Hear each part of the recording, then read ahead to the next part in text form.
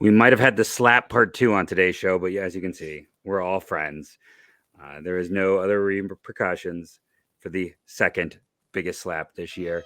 We're going to talk about Stephen Kwan to start things off on today's episode of Locked On Guardians.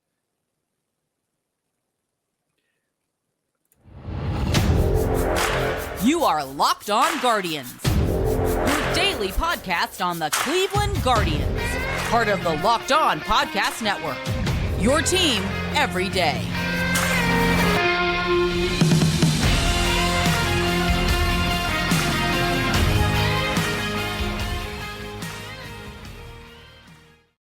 I'm just trading out cats here. One left, the other came in. This is apparently Locked On Catcast. I'm one of your 2 co-hosts here. The Locked On Catcast is brought to you by FanDuel Sportsbook, the official sportsbook of Locked On. Make every moment more. Visit FanDuel.com/LockedOn today to get started. I want to thank you for making Locked On Guardians your first listen today, every day, wherever it is you get podcasts. If you don't understand what the cat joke is about, well, then you've missed a lot of great humor in the last 24 hours. I need to send a thank you to the gentleman who created the GIF. Let me give him a shout out, as I much appreciated. Richard. He did a really nice job at _R3I3. And it was a funny moment yesterday, so we decided to lean into it. Now, speaking of things that are small and cuddly, Zack Meisel had a great piece on Stephen Kwan, and we all know he's a very smart individual, but it's interesting to hear, like, well, how can he get better? What can he do? How can he avoid the pitfalls? And of course, the big line, the grabber in that is he'd be open to extension talks. I've stated I would be totally up for signing Kwan because I don't know. I've always been a sucker for the intelligence guys, and I feel like there's a chance he's just going to find ways to get better and better every year. Yeah, he will continue to get better every year. It's going to be fun to watch him this year. Kind of take not take that step, but just he was saying in the article about how he was just trying to soak it in, just trying to learn everything, and he was just trying to make the roster and worry about his not make mistakes. This year he has a job and he's pretty confident and is going to work on getting better instead of just doing what he can and not worry about making the team. But it's going to be interesting to see what happens. I'd imagine Cleveland will approach him with an extension, possibly.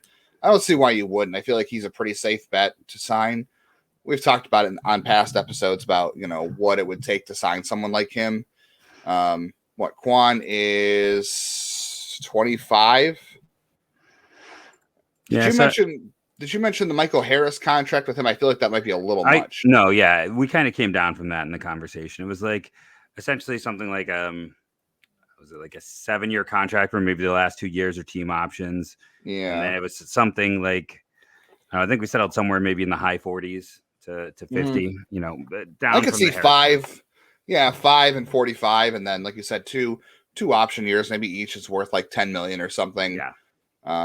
And then if you get him for 7 years, that takes him to age 32.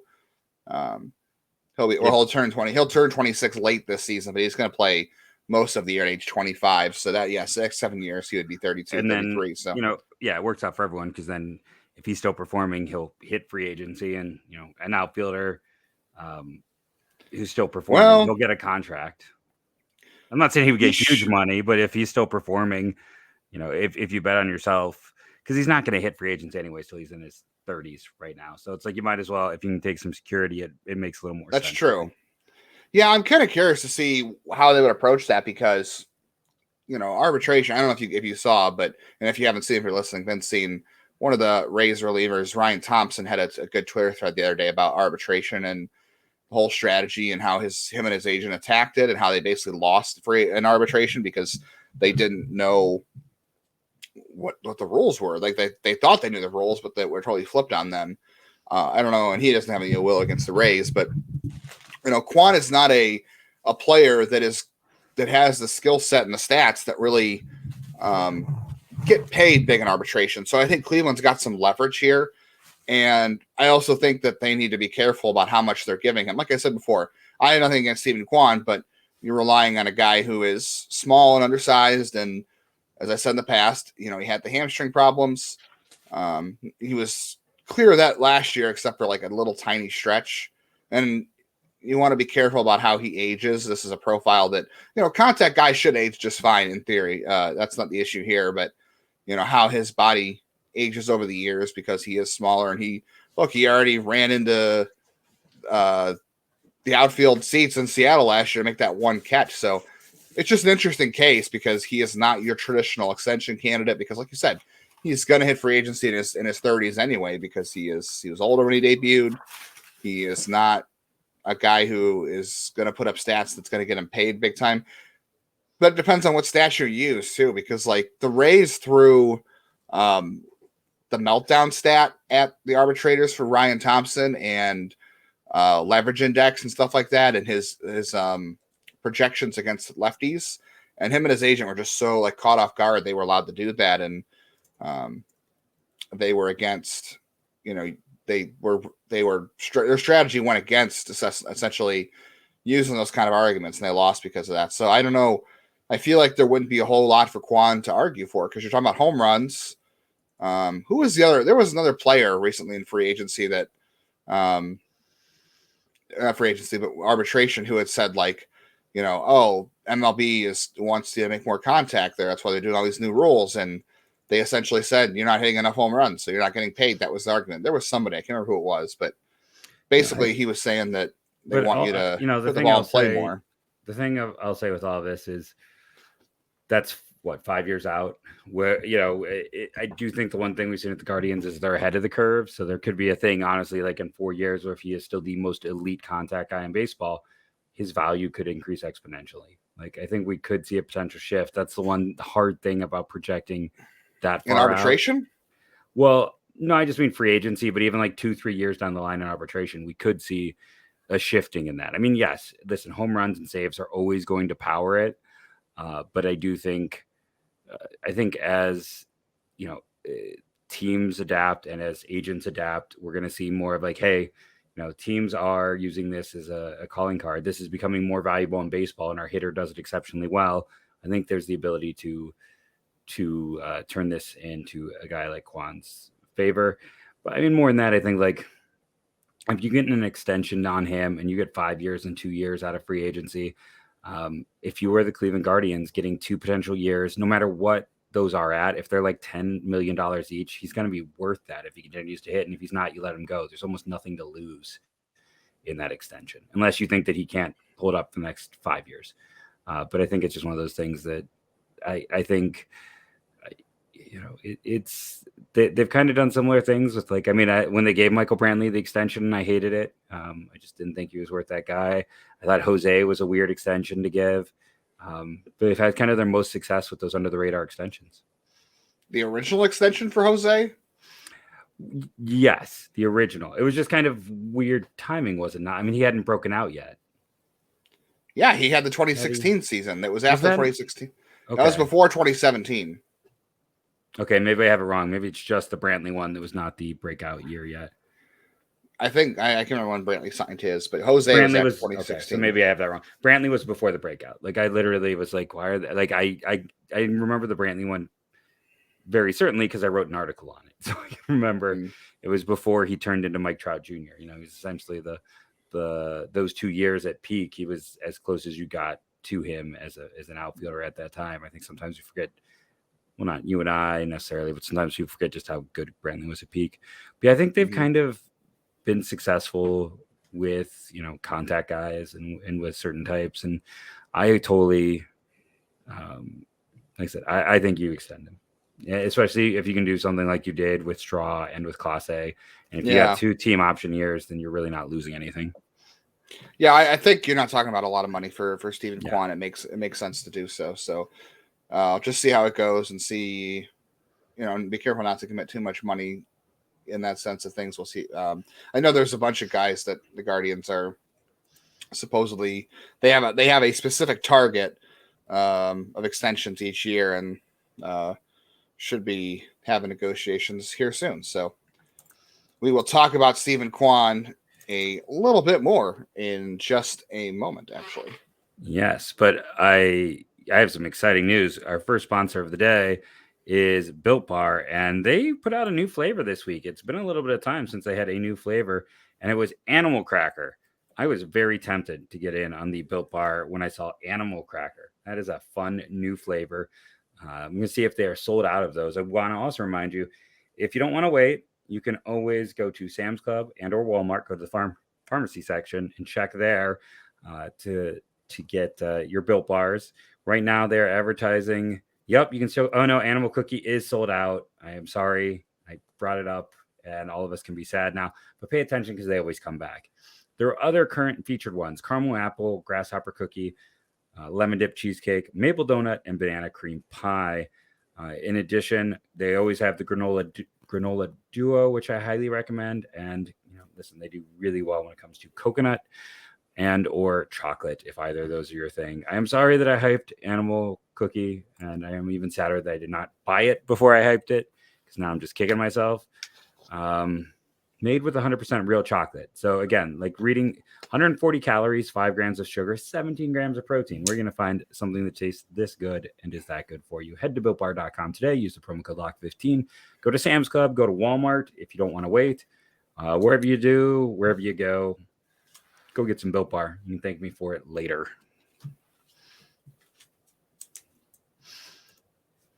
All right, MLB's top 100 right now. This is the best 100 players in baseball right now. Just off the top of your head, without looking, Jeff. Jeff has not seen these yet. I've not looked. Okay, so off the top of your head, let's just throw out a number. How many Guardians do you think wound up on the top 100 list this year? We did tell me before the show there's 5. Oh, did I? Oh, darn it. So I know there's 5. I'm going to be, just in terms of, I'm not going to sit here and try to make myself seem, I think there might be 5. No, I'm just kidding. You told me there were 5, so I know there are 5. I'm not going to try and make myself seem smarter than I am. All right, well, we'll kick it off here. Shane Bieber comes in at number 76. Okay, so here's my guess. Bieber and Jose are your obvious easy ones. Jimenez, I would think as well. Clase, and then the last one, that's where I kind of go, like that's to me the hardest one, because it's like I could. Well, we already talked about this guy today, actually. I was gonna say, is it Kwan? Kwan would have been my guess. I would have guessed Kwan over McKenzie. McKenzie would have been next up. I feel like McKenzie hasn't quite put himself up into that pitcher discussion yet, just due to consistency. Though he was very consistent in the second half. The start of the year, there were some ups and downs. So I think they're kind of waiting for that full composite season where he shows that he is the number one pitcher that he looks like he could become. Yeah, so Shane Bieber comes in at number 76. He's right behind, let's see, pitchers ahead of him are Zack Gallen, Shane McClanahan, Luis Castillo, Spencer Strider right now is ahead of him. Feels low. Framber Valdez, Alek Manoah, Dylan Cease are all ahead of him in the next group among pitchers. So any issues or any arguments about Shane Bieber at 76? I feel like he probably didn't get as much love as he would have as a couple of years ago. Obviously, I don't know where he was a couple of years ago. He was obviously a lot higher than this a couple of years ago, but probably the lack of velocity and the drop in strikeouts is why he's down. But he's still at 200 inning season and still had over a strikeout per inning. I think 9 strikeouts per 9. Like, remember how much he could? Remember how much back up? I think so. Remember how much Yankees fans were losing their minds about having to face him in the postseason in that Game 5? Like, they were scared poopless about having him in that game. Oh yeah, you didn't see that on Twitter? Like, oh, I saw the. I don't remember that. No. Yeah, they were scared poopless about facing him. They really were. They did not want to. They're like, we have to face Bieber. They have Bieber in Game 5 because of Cleveland and said didn't want to roll him out on the super short rest, and we don't need to rehash that anymore. Yeah. He's still a feared pitcher, and he was a top 5 pitcher in the American League last year in terms of performance. So I do think this is too low. I do think this is disrespecting because he's not as exciting. He's not as, the stuff isn't quite as big. He's just really effective. Yeah, everybody in front of him does throw harder. I will say that. Yeah. So Shane Bieber will be lower than 76 or higher than 76? You mean lower? Like he'll be ranked? Yes, he'll have a better ranking in a year. He'll rank above 76. So, okay, he'll have a better ranking next year. Will that ranking be with the Cleveland Guardians? By this time, no. So Shane Bieber will be a top 50 pitcher next year, but it will not be for the Cleveland Guardians.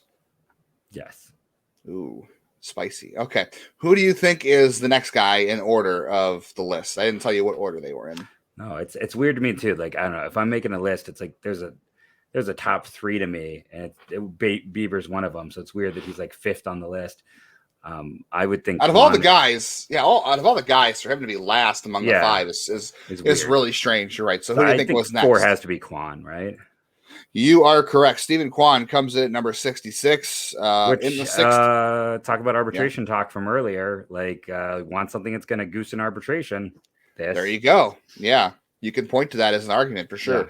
Yeah, that was one of the interesting things. Like I said, these players have no idea what the arbitrators know and don't know. Like, you would think that, like, that was one of Ryan Thompson's arguments, was like, okay, we assume that these arbitrators have a certain amount of baseball knowledge, but he said there are things they know and things they don't know, so you're not sure what you're relying on. So this may not be one of them. It may, but if you bring it up, you bring anything up in your favor, and this could go in Kwan's favor. I'll help all those players right now. So if you are a baseball player and you want to know what they're going to bring up, whatever stats make you look the worst is what they're going to bring up. They're going to specifically target the ones to lower your value. That's all it is. That's what they should know. That's why I don't want to denigrate his agent, but he should have gone in like having someone in that, every agency's got a numbers nerd like myself there.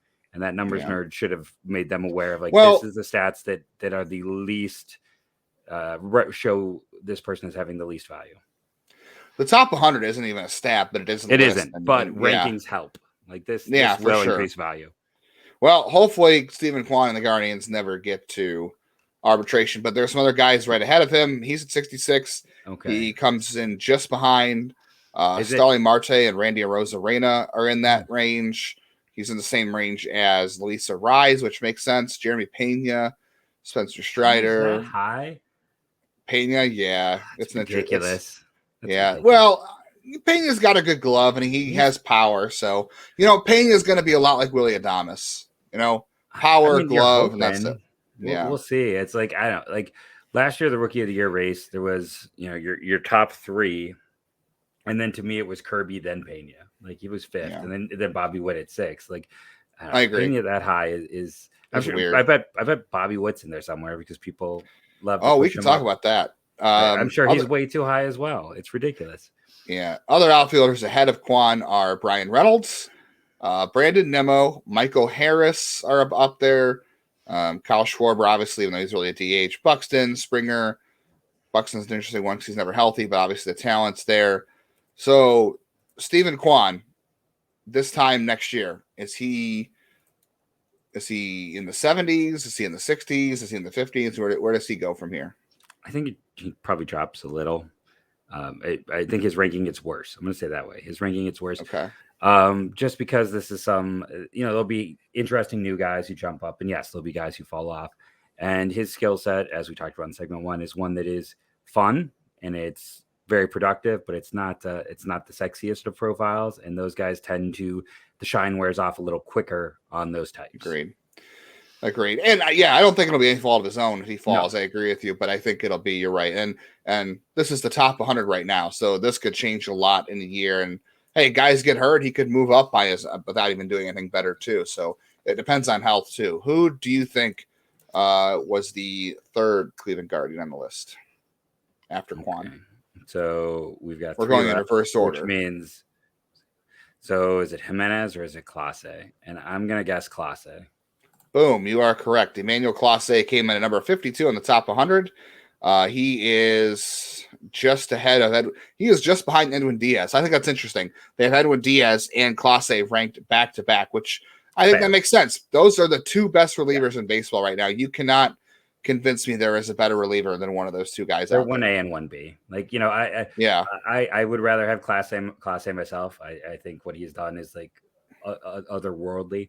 But I'm also not like, basically you're saying it's a toss-up. And I think anyone who's a good baseball mind would agree that it is a toss-up with those 2.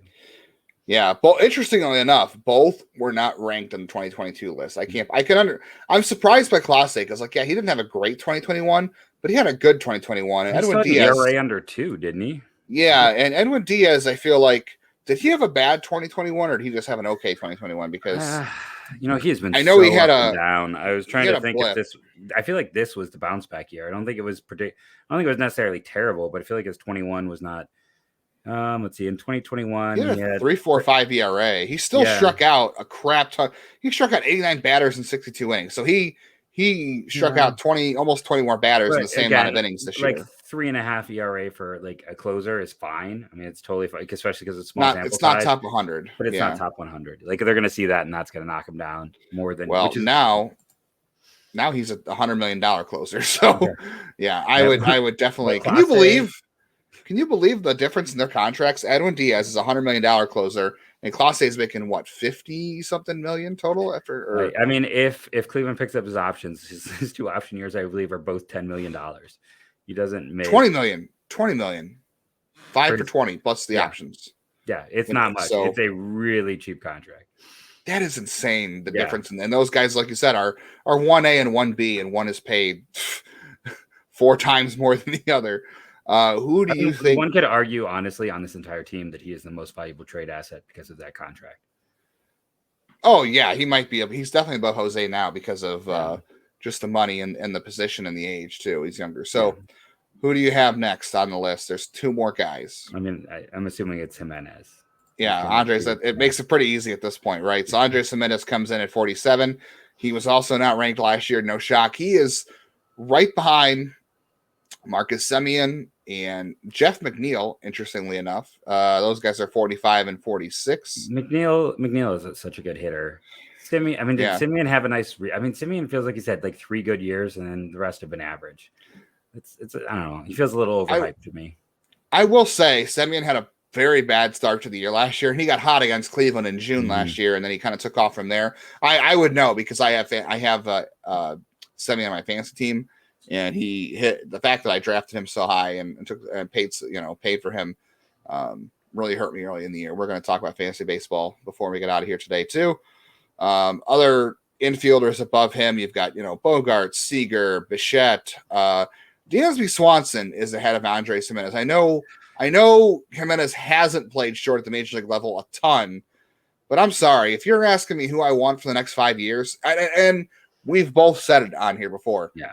There could be some regression coming for Andres Jimenez. There is a concern, but if the money is equal, I will take Andres Jimenez for the next 5 years. I believe Ahmed Rosario has had more. So runs created plus takes all the offensive data and boils it down to a number. 100 is average. Just people sometimes complain about us getting 2 numbers based. I believe Ahmed Rosario has had more seasons of a 100 or better runs created plus than Dansby Swanson has. Let me see if you are right. I believe it's 3-2, or maybe they're equal at 3-3. Dansby Swanson's been, last year he was fantastic. He's a much better defender. He's a much more valuable player, just due to the defensive value. But his offense, you have to buy in on late in career changes there. Yeah, it is even actually. So Ahmed Rosario has had two seasons above 100 WRC plus. See, I thought he had 3. Yeah, well, technically Swanson has had 3. His age 22 season, his rookie year, he had 145 plate appearances. He had a 107. So if you want to count that as his third, Swanson has a 3-2 edge because Rosario's first year was 170. So it's close, but Rosario has yet to have more than 2. So it's 3-2 Swanson. But I thought he had the last 2 years in Cleveland. Was he close then? One of those years? Is that where Rosario? Yeah, because he had a 99 in 21. I'm sorry. Yes, he had a 99. So he was just off the pace. That's what it was. I will still take Andres Jimenez for the next 5 years. What did Swanson get? Swanson got a 7 years, $177 million deal. Even with regression, I don't know. I'd like to see Jimenez play shortstop at some point, but if not, he's still going to be a good second baseman. I will take Jimenez over the next 7 years over Dansby Swanson. So does that mean those 2 are close in contract? I don't know. That might be something to ponder. No, going forward. Oh yeah, I see what you're saying. Yeah, yeah, it might be something to ponder going forward as we talk about extensions. All right, so that means the last player ranked for the Guardians is obviously Jose Ramirez. No shock. Where do you think? Did I give you where he fell on the list? No, I didn't. No. So where do you think Jose Ramirez came in at? Knowing the way these things work, I'm betting like high 20s. Yo, you are really being pessimistic about people's feelings about Jose Ramirez. I'm just pessimistic on how they view guys from Cleveland. There is, not to get the whole big market, small market in now, but there is still some degree of it. I feel like he's not like, there's always arguments that he's not even a top 3 third baseman. He doesn't always get hardware for third base. And that's why I was like, I think like 21, something like that. Okay. Wow. He came in at number 8. Wow. Number 8. Yeah. He finally got the love he deserves. He is. Yeah. So number 8 is, Jose Ramirez, number 8. He was number 15 last year. So he was even inside the top 20 last year. Just ahead of Jose are Paul Goldschmidt, Nolan Arenado. So he is the third baseman on the list because Manny Machado is 5. Mookie Betts at 4, Trout 3, Judge 2, and of course, Shohei Ohtani, number 1. No, I don't know. What else can you say about Jose Ramirez? He was 15 last year. He's 8 this year. One could argue extension. It was his worst year of the past few due to injury, too. So it's kind of interesting that it went up in spite of that. Yeah. Do you think there's still a chance Jose can climb up on this list? 8 is probably as high as he's ever been on this list. I don't know. He'd have to have a power surge, I think. It's just going to be hard with Ohtani's always going to be higher. Judge is likely always going to be higher. I didn't hear the whole list. Mookie Betts, I assume, is higher. The 2 third basemen ahead of him are Arenado and Machado. I think that there's a chance Jose could leapfrog any 2 of those guys. He's also the oldest of those 3, though, isn't he? Arenado's older. Is he? Jose is 30. He'll be 31 later this year. Nolan Arenado is 31. He'll be 32 by opening day. So it's a year difference. Yeah, and Machado is younger than as the youngest of the 3. I will say Jose has a 50-50 chance still of leapfrogging them on that list and getting up. You're right. The 139 WRC plus this year was not his. It's his second worst season in the last 3 years. But I don't think he's ever repeating 2020 just because that was a weird year. Yeah. But 2018, 147 WRC plus, 39 homers, 34 steals. He was age 25 that year. He's essentially got to get back there to move up on that list. Yeah, I think he could have a 30-30 season. I'm not counting on it. I just have a hard. It's not even anything about Jose or performance. It's just like I feel like someone's gonna pop. Every year somebody pops, and it's hard to break kind of that top 5. And then when you're in Cleveland, you're always going to be like the afterthought. Like I hate to say that, but it still works that way unless he's the guy who really pops. Speaking of things that pop, we should pop into a break right now at this point in the show and talk about one of our fantastic sponsors. Sorry to cut you off there, Justin.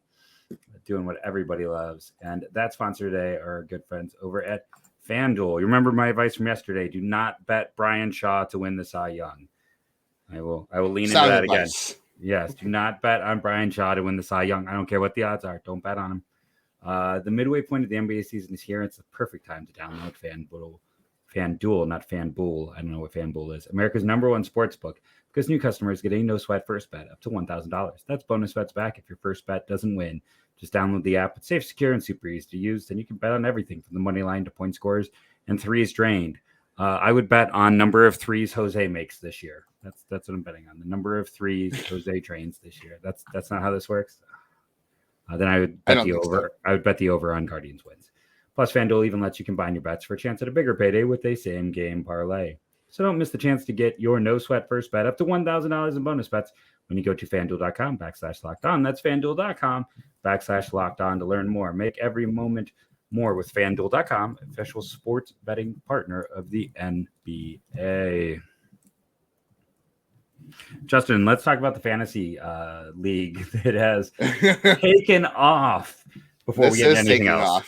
Yeah, this is taken off. So had a very good response so far to the Fantasy Baseball League. So if you have commented on YouTube or talked about us on Twitter, I'm going to reach out and respond to everybody. We are no longer going to take new entries. It has gone far beyond the interest I thought it would. I think we're pretty close to like 16 or 17 teams. So we're almost going to have to do like a Roto League or something. Yeah, so it is going to have to be a Roto League. There's a lot of people, so it's going to be a Roto League. But thank you for all your responses to that. We are definitely going to do it. I will schedule that on Yahoo, and I will get in touch with everybody who has already responded. So If you commented on YouTube, I will respond to the comment with the link to join the league. And if you did it on Twitter, I will message you. There's only a couple people did it on Twitter, so I will definitely be getting a hold of those people. So thank you for your interest. And Zach, if you're watching, I alerted Justin. I didn't reach out to him directly, but we could have messaged me, man. Jeez, but okay. Trying to give Jeff all the credit for my good ideas. I know this. No, this was 100% Justin's idea. No. I take nothing from this. I said, everyone. Next up, I'm going to put together an OTP league. That's going to be what I do next. That's Jeff, do you want to get into the Guardians pitchers ranks on Sarris? I totally read that as where do the Guardians P rank? I'm like, what's a P rank? It's one of Eno's new stats. It's one of Eno's new stats. Yeah, his new stat, the P rank. Comment below, what does the P and P rank stand for? Okay. Family friendly show, please. Yes. So I thought this was interesting because he does a lot of really interesting things. We're in the after show. We'll get into his young hitter stuff because two of my favorites appeared in that list. So I was like, we got to talk about this. But he took and combined a lot of data. And for people who don't like metrics, maybe this is your fast forward point. But we're not going to get too heavy into these metrics. But even like he looked at things like the stuff guys have, their injury rates, a lot of things. Like basically, the best simple statistic for pitcher success is strikeout percentage subtracted from walk percentage, right? Strikeouts minus walk percentage. And that's actually been like the most successful data point is something that's simple. Now with this one, he's taking like things like that and expanding it even more. They've done some under the hood stuff to kind of help sinker ball guys try to figure out why they're not as effectively ranked.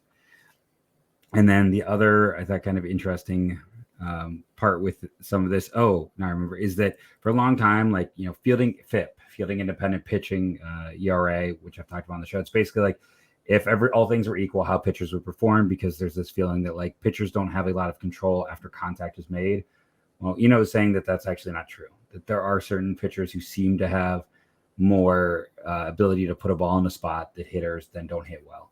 So he's also doing some things under the hood that goes again. And FIP has been long held to be like one of the best stats for predicting future pitcher performance. It's one of the cornerstones of WAR for FanGraphs, and it's one of my favorites to go to. Love FIP, hate XFIP because XFIP normalizes home run rates, and I think that, again, I think some guys are more prone than others. I don't think all pitchers are created equal when it comes to home run rates. But now that long thing is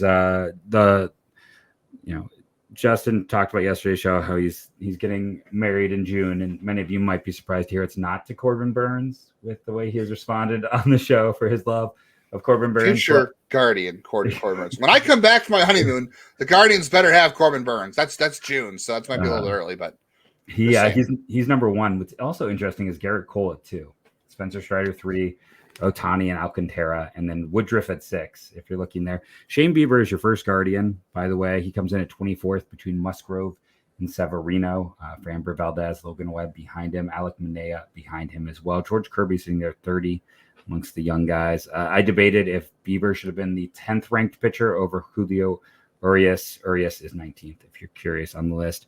As we continue on the Cleveland train of pitchers, number 2 should be, unsurprisingly, Tristan McKenzie. And he is the only other guy kind of in the top 100, let alone top 50. He's at 38th. Nestled. That's not true. That's not true. You're right. 70 for the other guy. So this is the only one in the top 50. I just had a brain cramp. But McKenzie is between Hunter Green and Chris Sale. So hopefully that is not a sign of health. I thought in his kind of bracketing, Drew Rasmussen might have been the most interesting guy, like a guy who kind of gets forgotten about and just how good he has been in short bursts for Tampa. But McKenzie's a guy who could totally be on the rise. Top 40 pitcher by this rating, 38th overall in baseball. And I believe it's 70 even. Yep, 70 even is Aaron Savale. You're right. Right below former Cleveland pitcher Carlos Carrasco. Well, Carrasco is below him. Ahead of him is Brady Singer, division rival. Oh, yeah. So he's got that order there with it. And again, when he's healthy, there's been signs that maybe there's another gear there. We'll have to see if he can ever find any health ever. It just hasn't happened for him. Next is Cal Quantrill at 132. Between Mackenzie Gore and Josiah Gray, Matt Manning, Brian Bello is in this grouping. A lot of up-and-comers and a lot of like average guys. Frankie Matas is below him. Again, they've done more to kind of make a pitcher like Quantrill accurately represented for value. And the fifth player is not Plesac, it's Cody Morris, who, again, you want to talk about who he's Dean Kramer of Baltimore, and then longtime favorite of mine, JT Brubaker.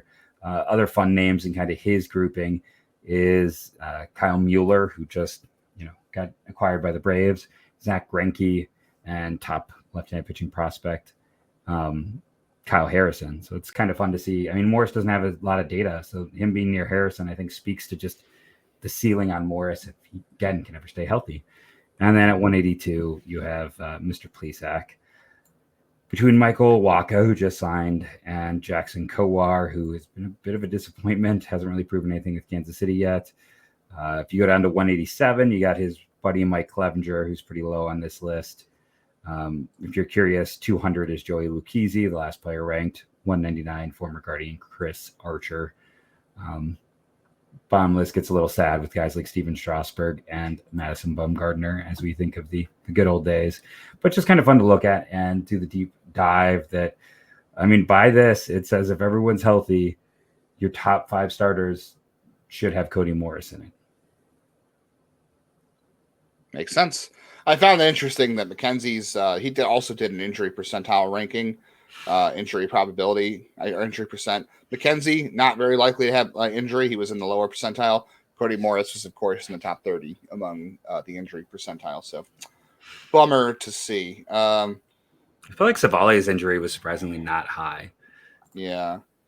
Jeff, real quickly, before we get out of here, what are we watching for this weekend? Guardians, finally, by the time you're listening to this, there will be baseball on TV, but Saturday, before the next time we talk to everybody, the Guardians will have played 2 games. Jeff, what are you watching for in the first 2 spring training games? I'm not watching the spring training games. I'm going to be watching college baseball with the little time I have between taking my daughter to ice skating and then playing with my son. I only get to watch so many baseball games, and if I have to pick between competitive baseball and spring training, I'm going to watch competitive baseball. You know what I say to that? I would move my camera to show you, and I'm not going to because I got in a good position finally. But I have a 2 TV set in my basement, so my main TV is going to have Guardians on Saturday, and the second TV will have college baseball. So I will be watching both this weekend. I am watching for just how long Cal Quantrill goes because he is starting on Saturday for the first time. He's got to get ready for the World Baseball Classic. I'll be curious to see how far along he is in his build up for the season since he's got to be ready for that. Watching the chemistry of Mike Zunino. I'm going to watch for him potentially throwing on any runners if there are steals. Obviously, we'll be watching for the pitch clock and the pickoff rules, that kind of stuff. And then I will just be looking for, Stephen Kwan to draw a 4-pitch walk, or Jose Ramirez hopefully to have a home run or something exciting to happen there. And just the overall return of Cleveland Guardians baseball to our TVs. I am super excited. I will be watching both games. I think they're both on Bally's. So if you get Bally's, they're both on there. But I will be watching. That's it. I think I don't have a way to watch the Guardians right now. So. Yeah, I heard. Yeah, T-Mobile is still up in the air with that kind of stuff. So. Yeah, so I'm not going to pay for something that I can potentially get free. That's just my way. I'm going to wait and see a bit. So, any last words before we head on to the after show? No, I think we've covered it. I want to thank everyone for listening, rating, and reviewing. Downloading and helps. Hit the bell. Make sure you subscribe. Tell a friend. Subscribe to YouTube, the YouTube channel on your computer, on your work account, on your mom's account next time she asks you to fix something. And thank you all for being part of the Locked On Guardians team. And go Guardians, go! All right, Jeff. So let's go back to the top 100 just for a second. The Guardians had 5 players on the top 100 this year for the top 100 right now, just behind the Yankees and the Padres, who had 6. The Braves, Phillies, and Blue Jays all had 7, and the Astros and the Mets had 8. What do you notice there? That's a lot of. Well, that was all the playoff teams from a year ago. Yeah, all the playoff teams. Well, most of them, not all of them, but some of them. Cleveland by far the lowest payroll of all 3. Cleveland had 5. Yeah, the Yankees, Padres had 6. The Dodgers had 5. The Seattle Mariners had 4 below them. The Tampa Bay Rays had 4. And then if you want to go in division after that, so that was all the playoff teams right there. I just noticed. AL Central, this is a very sad list. I'm just going to tell you right now, this is a very sad list. The Chicago White Sox had 4. So despite their follies last season, despite their cookies crumbling, they had 4 somehow. The Minnesota Twins had 2. You can probably guess who those 2 are. We talked about one of them. Max Kepler and Jorge Polanco. Yes, obviously those are the 2. The Kansas City Royals had 1. I think you know who was their 1. Someone undeserving. Wow. The hate is real for Bobby Witt. He's just okay. Here's the thing. Bobby Witt is a potentially great young player. He in a few years could totally make one of these lists. He has a lot of talent. He is a really interesting prospect. He is not there yet. That's all I'm saying. Last year was not a breakout year. It was not this guy is a star year. He was 6th. He was the 6th best rookie in the American League. Bobby Witt. Jeff hates Bobby Witt. He could be the best shortstop in the American League within 3 years. He's not there yet, though. That's all. Jeff hates Bobby Witt. Yeah. I thought I just liked the Royals just as a fun joke, but you really dislike the Royals with that.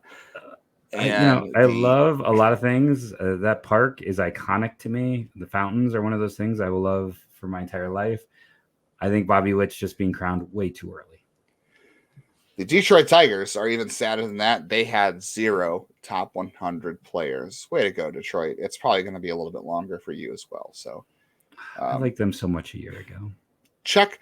I did too. But check on your Detroit Tigers fans. They are not okay. Check on them. If you are friends with Detroit Tigers fans, they are not doing okay. Jeff, which Guardians? Give me one Guardian a year from now that isn't on the top 100 list, on the top 100, right? MLB right now, top 100. Miles Straw. No, I'm kidding. My God, that's aggressive. It's I mean, honestly, it's like if Miles Straw were to ever like just become like a 105 player, he would deserve to be on the list. One could make a case if he became a 100 player, he'd deserve to be on the list. But I'm just with all the Miles Straw hate, I couldn't help myself. I think, looking at this team with another year of full health and everything, I think Josh Naylor is the guy to talk about. Like, I think sometimes we take for granted. That's the right one. Yeah. For granted, not for granted, for granted that, everything he overcame last year to have that fantastic year and just being healthy fully, a full year out and back and having a regular off season, he could be in for even bigger things. And if you take away, if you don't have him play against lefties as much, his numbers are going to look really good as well.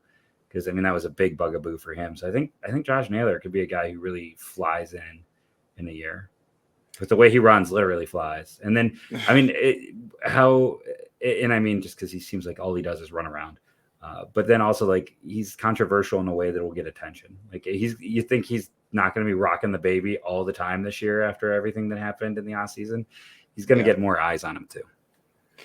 Yeah, I would agree with the eyes. I don't know if I agree with him being on the top 100 list. I think first base is hard to crack, and he does have platoon issues. I don't know how many platoon players are going to make a top 100 list. If he hits close to 300 and has like close to 30 home runs, there's just not a lot of those guys left. Yeah, it's just he has to do it all against right-handers. Can he do it? That's going to be the question. I think the most obvious answer is Tristan McKenzie. I think if Tristan McKenzie yes, true, takes a little step forward, I'm not even saying he has to take a big step. I'm saying just a little step. He's got to be better, a little better than he was a year ago. But if he just slightly improves on what he did last year, I think there's an easy argument for him to be in the top 100 next season. After Tristan McKenzie, it is a little hard to predict. I mean, one could say that Josh Bell could be in there. If Josh Bell has the kind of season he wants to have, he could be. But the problem is when they do this list, he might be on another team at that point. So that might be difficult. Shane Bieber might not be on the list as a Guardian this time next year. I'll say Tristan McKenzie will be. Not ready for Bo Naylor quite yet. No. I don't Tanner know. Bybee. I was just gonna say that. Are we ready to make that claim? I think we're I'm gonna have to do our bold prediction show. I'm getting before closer the season and closer starts. to thinking that he will debut this year. I am definitely echoing that. Even though it feels like very unlikely because they got to add like Logan Allen and Daniel Espino, who are ahead of him, and they're 40 man must adds. Yeah, it's like, and I think Rosario is the only free agent again, so it's like they're really, I don't know, that's something out. Yeah, we'll see. It's going to be tough, but yeah, I'm starting to agree with you. If he makes his debut this year, will he have enough starts to really push himself out of that top 100 list? I don't know. People are really sleeping on him. Like I said, I'm not disparaging anybody's rankings, but I still am. I don't know how. Yeah, anybody has, and I like Logan Allen. Trust me, you and I both like Logan Allen a ton. You and I Logan Allen was my guy 100. A year ago. Yeah, in our top 10, I should say. Yeah, he was my guy a year ago, but man, the ceiling just doesn't compare. Nothing compares to their to Bybee ceiling. Right. That reference is for 4 other people out there. I know that line from that song. I think I don't know. MLB says they are cracking down on sticky stuff again. Do you have any concerns? Because Sarris, once again, one of our favorite writers, he did a study about spin rates, and spin rates were down in April after they cracked down, and then they move right back up at the end of the season like it didn't even happen. They didn't follow through, and players knew that. And like, there's a reason why Minnesota had like 99 get the thorough pat down. I know it annoyed some people, but it's like, we all know there was some degree of something going on there. Like, you'd have to be very Pollyanna-ish to think that spin rates could change that quickly up and down for a lot of players. And they said they weren't going, they want more offense. All these changes are to help increase offense. So it makes sense to finally sit down and actually follow through with this. And I mean, it'll be interesting to watch, but honestly, from the outside, there's only one pitcher that it seems like is very likely with Cleveland to suffer an ill effect of this. You think so? Because I know you're going to say. I know some people think Shane Bieber. I had some people ask about that last year. Yeah, I'm really not worried because you want to know what? I know you're going to say your buddy 99, but he had the whole thing in Minnesota where they checked his hair and they checked everything. Remember, because Rocco Baldelli made that whole big deal. Yeah. He made it clear through on that. That was a very thorough check, and he made it through. So I'm not worried. I mean, I just wonder if they're going to cut down on like the resin and sweat. Like, here's the thing we know. Unless that's in the rules, you can't. It's not. No, but I wonder if they're going to do something to limit it.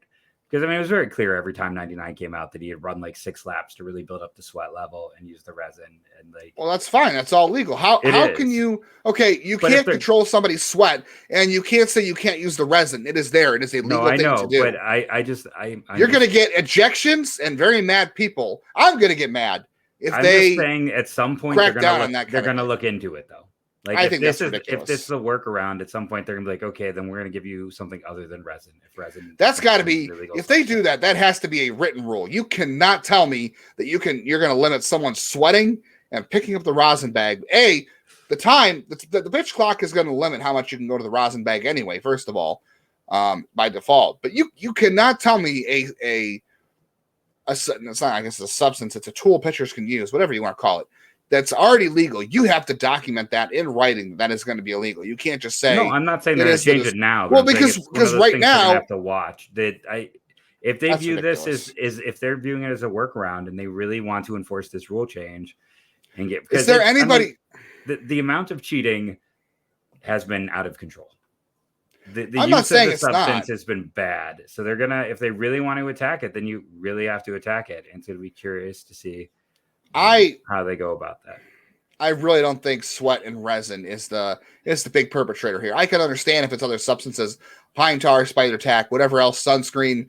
Sunscreen is one where it gets tricky. Sunscreen, guys are allowed to have it because you're outside pitching. You can't really say they can't wear sunscreen, but I can see where that might be in a gray area. But if you're telling me sweat and resin is on the list and this happens, that is absolute BS. That's the family friendly. They're just going to have to.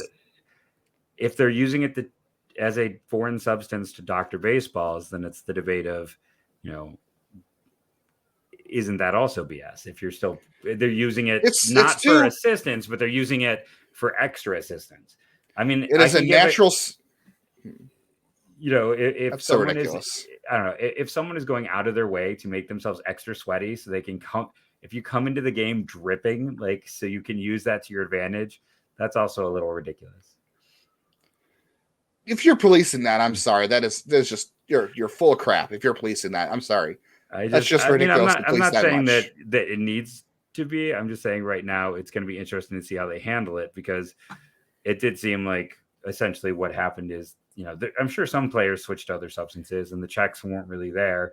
And a lot of players said the checks weren't there, but then they also seem to find, hey, if I just get really sweaty and do this mix of resin and suntan lotion, I mean, we all read the articles about the resin suntan lotion sweat mix and how it was just as good as other substances. So I don't know how they're going to handle it. I don't know how, but it's going to be interesting to see, is I guess maybe more how I should put it.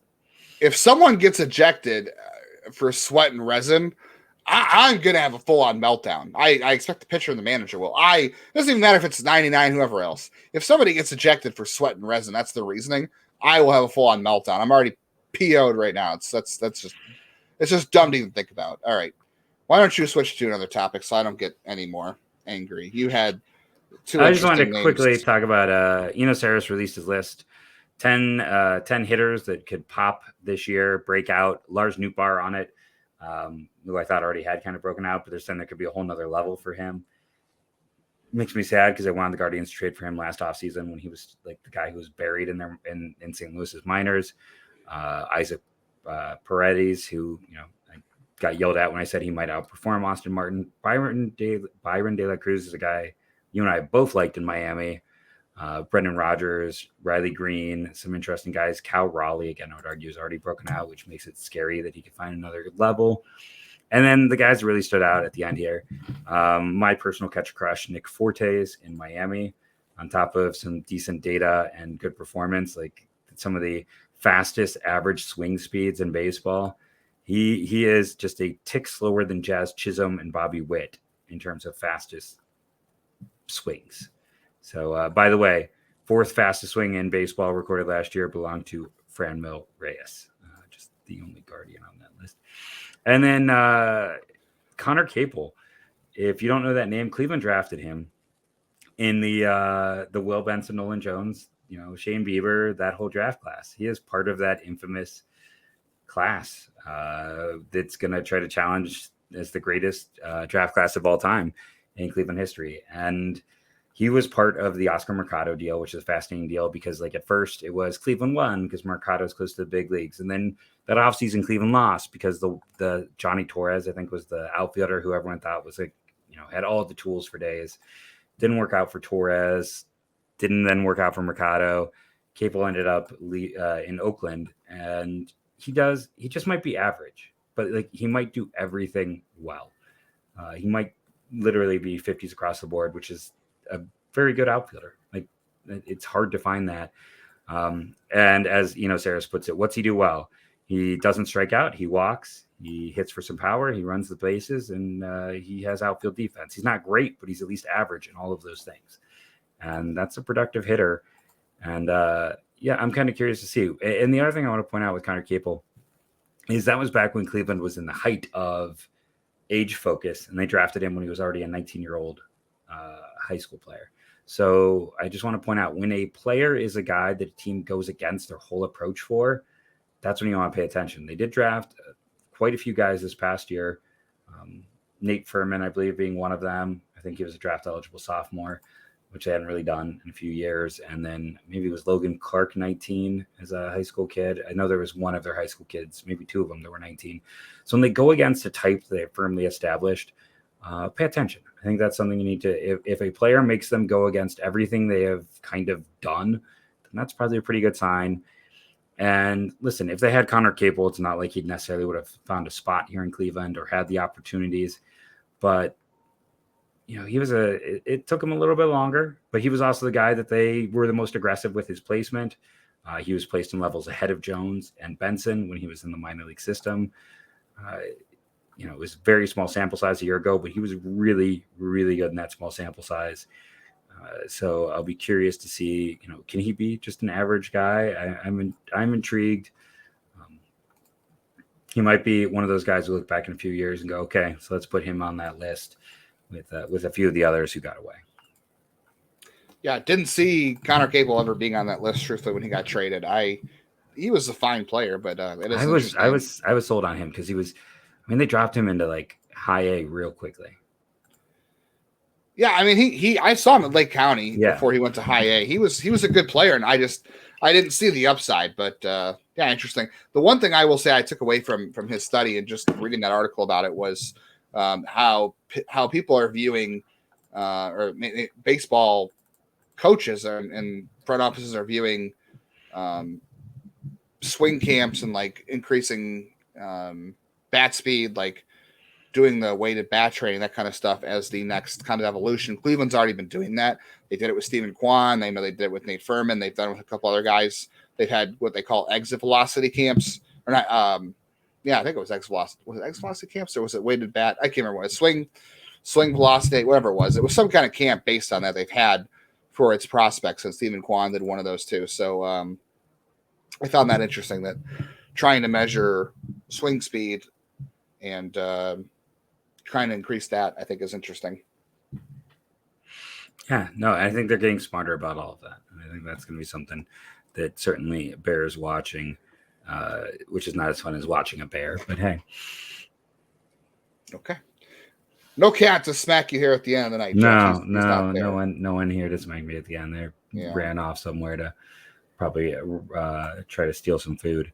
But that's our shows for this week. We will have some actual game action to discuss. I'll probably watch the highlights. I will watch the highlights, no problem. But I'll watch for you, Jeff. Don't worry.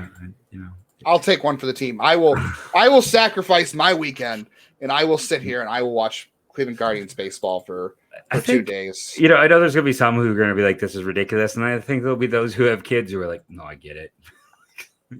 Sometimes you don't always have the time, but I mean, honestly, the bigger thing is like, I also don't want to pay money for something I could get for free potentially, which I mean, I'm cheap. I'm sorry, I am. That's the way it works.